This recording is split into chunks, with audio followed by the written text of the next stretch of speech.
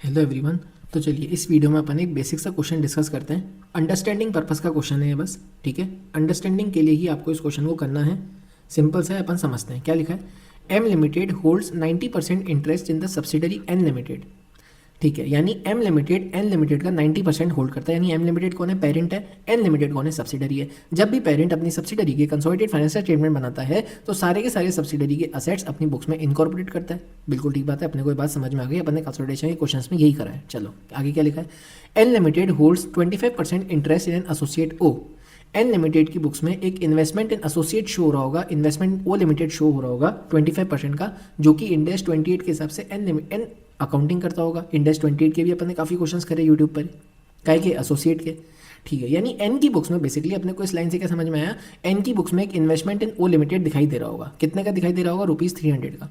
जब M limited, M for monkey, जब M limited N limited की कंसोलिडेटेड फाइनेंशियल स्टेटमेंट बनाएगा तो उसमें असेट्स के नाम पे ये वाला असेट भी लेगा अपनी बुक्स में, 300 का लेगा ना। बिल्कुल समझ में आई, लेगा। क्यों लेगा, क्योंकि जब भी पेरेंट सब्सिडरी के कंसोलिडेटेड फाइनेंशियल स्टेटमेंट बनाता है तो सारे के सारे असेट्स अपनी बुक में ऐड कर देगा। अपन ने कितने सारे क्वेश्चन करे थे, प्लांट एंड मशीनरी दोनों पेरेंट सब्सिडरी की ऐड कर दो, इन्वेस्टमेंट को ये फाइनेंशियल असेट में तो ऐड कर दो, इन्वेंट्री ऐड कर दो, बिल्स पेबल ऐड कर दो, करते थे। तो उसमें जो investment in O limited show रहा है वो भी अपनी बुक्स में लेके आएगा एम लिमिटेड जब कंसोलिडेट करेगा। बिल्कुल। चलो और क्या लिखा है आगे। And net assets of O Limited was 300 lakhs, including a profit of 40 lakh for the year ended 31st March 2001। यानी O Limited को N लिमिटेड कौन है, N लिमिटेड कौन है, इन्वेस्टर है। O लिमिटेड कौन है, उसकी N लिमिटेड कौन है, इन्वेस्टर है। O लिमिटेड कौन है, उसकी एसोसिएट कंपनी है। जब भी एसोसिएट कंपनी को कोई प्रॉफिट होता है तो उसका शेयर एन लिमिटेड के पास भी आएगा 25% का। अपन ने एसोसिएट के बहुत सारे क्वेश्चंस करे अपन ने यूट्यूब पे, उस पर अपन ने क्या करा, जो कि एसोसिएट को प्रॉफिट लॉस हो रहा था उसका हिस्सा 25% एन लिमिटेड के पास भी आएगा। एन लिमिटेड के पास 25% ऑफ 40 लाख आएगा। ये बात समझ में आई आपको, बिल्कुल आई। तीसरी बात, जब भी अपन कंसोलिडेटेड फाइनेंशियल स्टेटमेंट बनाएंगे एम लिमिटेड के तो उसमें अपन एन लिमिटेड के सारे प्रॉफिट लेंगे। कितना, 90%, 10% एनसीआई। एन लिमिटेड की बुक्स में प्रॉफिट के नाम पे ये 25% हिस्सा भी दिख रहा होगा ऑफ दिस 40 लाख। यानी 25% ऑफ 40 का हिस्सा तो एन लिमिटेड की बुक में दिखेगा, इसका 90% एम लिमिटेड अपनी बुक में लेगा। मैं क्या बोला, 25% ऑफ 40 ये किसके हैं, ओ के प्रॉफिट्स हैं। 25% ऑफ 40 तो एन की बुक्स में दिखेगा क्योंकि एन कौन है, इन्वेस्टर है। लेकिन इतने का प्रॉफिट का 90% भी तो हमारा होगा एम लिमिटेड का। समझ में आई आपको बात, ये अंडरस्टैंडिंग बैठ रही है, बिल्कुल बैठ रही है। देखो क्या लिखा है मैंने सॉल्यूशन में, सिंपल क्वेश्चन में कुछ भी नहीं है, अंडरस्टैंडिंग का पर्पस है इसलिए मैंने आपको बोला। As per Ind AS 110 consolidation, when we prepare consolidated financial state accounts we add all assets of subsidiary in the balance sheet of parent। यहां पर मैं किसकी बात कर रहा हूं, पेरेंट है M, सब्सिडरी है एन, पेरेंट है एम, सब्सिडरी है एन। क्या लिखा, as per Ind AS 110 when we prepare, when M limited, when M will prepare consolidated financial statement we add, यानी M limited will add all the assets of subsidiary in the, subsidiary मतलब N, in the balance sheet of parent.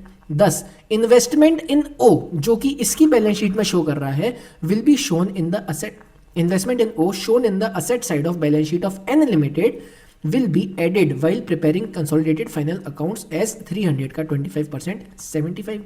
बिल्कुल समझ में आई, क्यों, देखो ओ के net assets कितने के हैं, 300 के हैं, इसका 25% हमारे पास है, यानी 300 का 25%, 300 का 25% एन लिमिटेड की बैलेंस शीट में शो हो रहा है कितना, 75।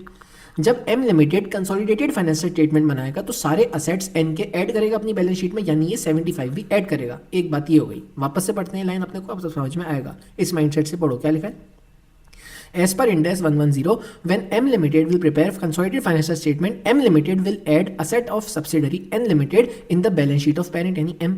thus investment in ₹75 shown in the asset side of balance sheet of N Limited, ये देखो asset side of balance sheet of N Limited will be added while preparing consolidated financial statement as 300 का 25% 75। यानी जब M Limited consolidated financial statement बनाएगा तो उसमें asset side में N के asset ऐड करते वक्त 75 भी ऐड कर देगा, ठीक है। दूसरी बात, प्रॉफिट की बात, also we add our share, यानी N Limited will add M's share, M का शेयर, पेरेंट का share 90% in the profit of subsidiary N limited, and N limited will include 25% profit of O limited. भाई chain बन रही है, देखो N limited और O limited कौन है, अब यहाँ पे अपन N और O की बात करते हैं।